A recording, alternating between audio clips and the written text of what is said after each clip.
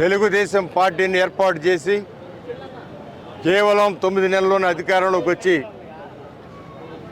ఆ అధికారాన్ని ఆయన చేపట్టిన కార్యక్రమాలని ఈ రోజు వరకు కూడా ఒక రికార్డు సృష్టించిన సంగతి ఒకసారి గుర్తు చేస్తూ ఉన్నాను.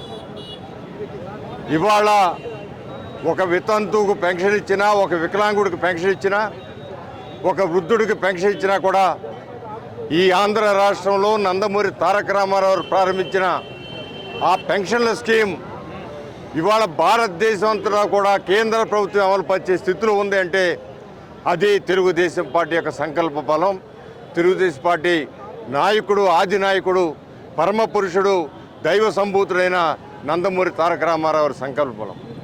44 సంవత్సరాలు అయిన సందర్భంలో అనేక పర్యాయాలు అధికారంలోకి వచ్చి తెలుగుదేశం పార్టీ కొన్ని పర్యాయాలు ఓడిపోయినా అనేక పర్యాయాలు తెలుగుదేశం పార్టీ అధికారంలోకి వచ్చి సంచలనాలు సృష్టించింది. ఇవాళ పక్కా గృహ నిర్మాణం ఈ ఆంధ్ర రాష్ట్రంలో ఉంది అంటే అది సిమెంట్తో, కాంక్రీట్తో, స్లాబులతో ఏర్పడిన నిర్మాణాలు ఉన్నాయంటే అది నందమూరి తారక రామారావు సంకల్ప బలం. ఆ తర్వాత ఆయన వారసుడుగా విచ్చేసిన నారా చంద్రబాబు నాయుడు గారి రేపు టిడ్కో ఇళ్లని షేర్ వాల్ టెక్నాలజీతో ఒక 5 స్టార్ హోటల్ని పోలే విధంగా నిర్మాణాలు చేసి రేపు ఇవ్వబడతా ఉన్నాయి. అది తెలుగుదేశం పార్టీ యొక్క గొప్ప.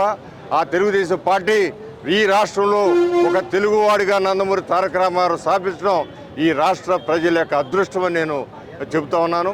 అదేవిధంగా ఈ రాష్ట్రాన్ని, తెలుగుతనాన్ని, తెలుగువారి కీర్తిని దేశాలకు చాటిన ఆ రోజు నందమూరి తారక రామారావు కానీ, ఈ రోజున నారా చంద్రబాబు నాయుడు గారు కానీ ఇవాళ తెలుగు వారికి ఆత్మ గౌరవాన్ని కాపాడిందంటే అది నందమూరి తారక రామారావు గారితో, ఆ తర్వాత చంద్రబాబు గారితో సాధ్యమైంది.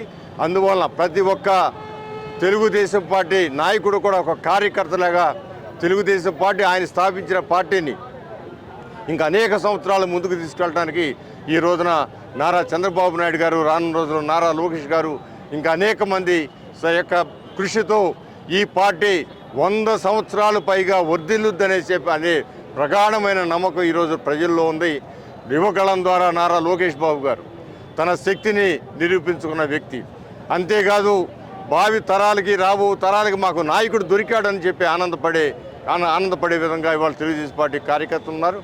ఏది ఏమైనా కూడా ప్రజలకి సంక్షేమాన్ని, అభివృద్ధిని సమాన స్థాయిలో ఇచ్చే తెలుగుదేశం పార్టీని కాపాడుకోవాల్సిన బాధ్యత మన అందరి పార్టీ కార్యకర్తల మీద, ప్రతి ఒక్కరి మీద ఉందని తెలియజేస్తూ మేము కార్యకర్తలుగా శపథం పూని ఈ పార్టీని ప్రాణం ఉన్నంత వరకు కూడా ఈ పార్టీని ముందుకు తీసుకెళ్ళడానికి ప్రతి ఒక్కళ్ళం కృషి చేస్తామని తెలియజేస్తున్నాను.